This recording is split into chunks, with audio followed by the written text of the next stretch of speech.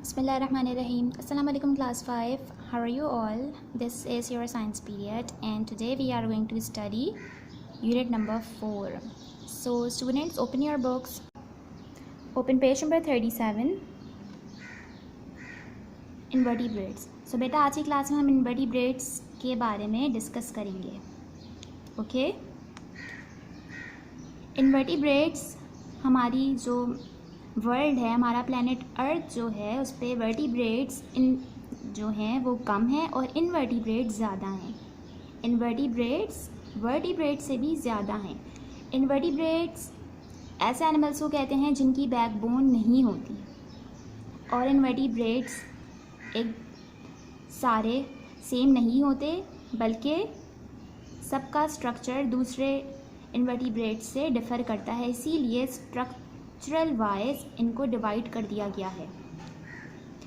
कुछ इनवर्टिब्रेट्स के 3 या फिर उससे ज़्यादा पेयर्स ऑफ लेग्स होते हैं, जैसे कि इंसेक्ट्स, स्पाइडर्स, क्रैब्स. और कुछ इनवर्टिब्रेट्स के लेग्स ही नहीं होते, जैसे वर्म्स, मोलस्क एंड स्लग्स. कुछ इनवर्टिब्रेट्स के एंटीना होते हैं, पेयर ऑफ एंटीना जिसे हम कहते हैं प्लूरल एंटीनी, जैसे इंसेक्ट्स के पास होते हैं. या फिर टेंटिकल्स. यहाँ पे एग्जांपल दी हुई है एक इनवर्टिब्रेट की, एनेमोन.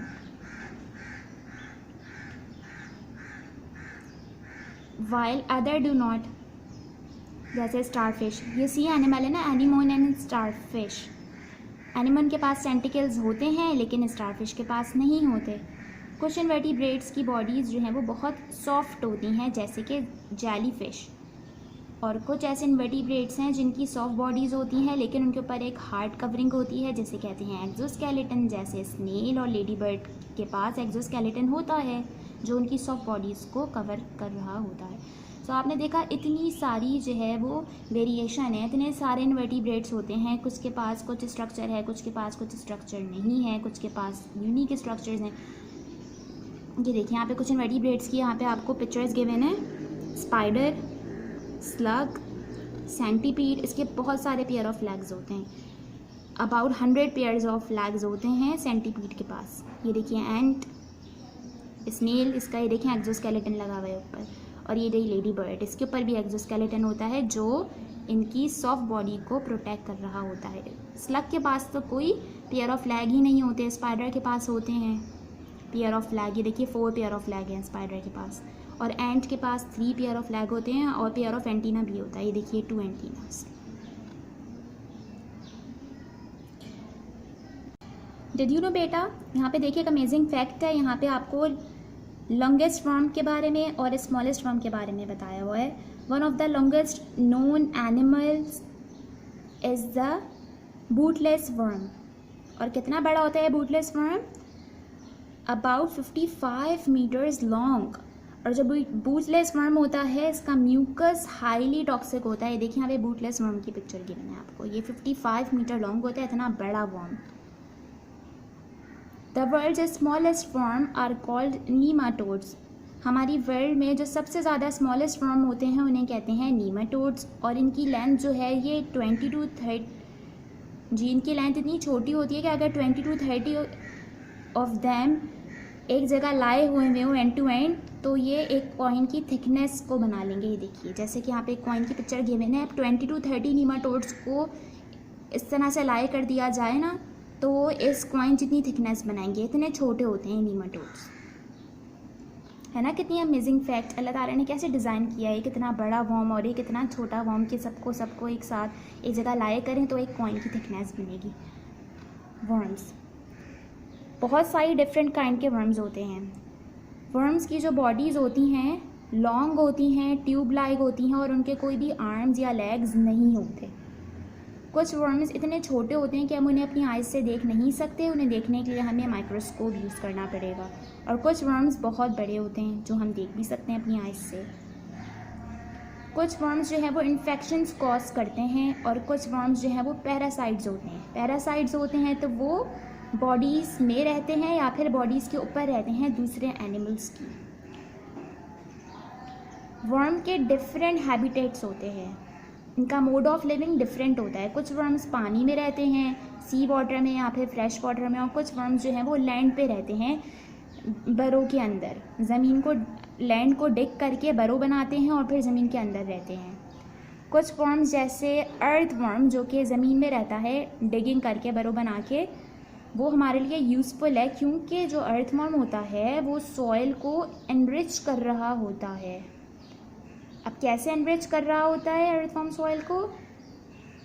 अर्थ वर्म जो है वो सॉइल में मौजूद प्लांट डेब्रिस को यूटिलाइज़ करता है, उस पर फीड करता है और नाइट्रोजन कंटेंट को बढ़ा देता है सॉइल में।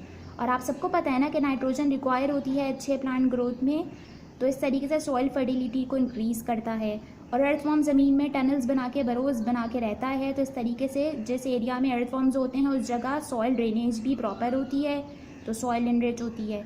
और अर्थवर्म जो है वो सॉइल के अंदर एयर ब्रिंग करता है, एरेट करता है सॉइल को इस तरह। तो अर्थवर्म इन सारे तरीक़ों से हमारी सॉइल को एनरिच करता है। ओके बेटा, now turn your page, come to page number 38। Insects.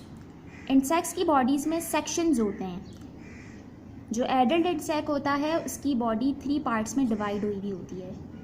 3 part जो हैं वो डिस्टिंक्ट होते हैं एक दूसरे से, which are head, thorax and abdomen. Insect के पास 2 फीलर्स या फिर 2 एंटीना भी होते हैं, और इंसेक्ट्स इनको यूज़ करते हैं स्मेलिंग और फीलिंग के लिए। तो ये जो फीलर्स या अपीयर ऑफ एंटीना जो है ये सेंस ऑर्गन होते हैं इंसेक्ट्स के। ये देखिए बेटा, यहाँ पे आपको एक इंसेक्ट की पिक्चर गिवन है। ये देखिए यहाँ पे आपको एक इंसेक्ट की पिक्चर गिवन है, और यहाँ पे देखिए पेयर ऑफ एंटीना बने हुए हैं यहाँ पे। ये देखिए हेड, थोरैक्स और बाकी जो पार्ट है पूरा एंड तक ये एब्डोमेन। और ये देखिए इसके लेग्स, 3 पेयर ऑफ लेग्स होते हैं इंसेक्ट के पास। यहाँ पे आपको डिफरेंट इंसेक्ट्स की पिक्चर भी गिवन है। ये बीटल, ये मॉस्किटो, कॉकरोच एंड बनी हुई है यहाँ पे एंड्स। कुछ इंसेक्ट्स की 2 लार्ज आइज़ होती हैं, और सारे इंसेक्ट्स के पास 3 पेयर ऑफ लेग्स होते हैं जो ज्वाइन हुए हुए होते हैं थोरैक्स के साथ। ये देखिए बेटा, जो थोरैक्स पार्ट है, जो हेड के बाद वाला पार्ट होता है, मिडिल पार्ट, उससे अटैच हुए हुए होते हैं लेग्स थोरैक्स के साथ, ज्वाइन हुए होते हैं। कुछ ऐसे इंसेक्ट्स होते हैं जिनके विंग्स होते हैं, जिनकी हेल्प से वो फ्लाई करते हैं, जैसे बीज, फ्लाइज और बीटल्स जो हैं इनके विंग्स होते हैं। बर्ड्स और बैट्स भी उड़ते हैं, उनके भी विंग्स होते हैं, लेकिन वो इंसेक्ट्स नहीं होते। क्यों? क्योंकि इंसेक्ट्स के पास तो बोन्स ही नहीं होती। Insects are boneless,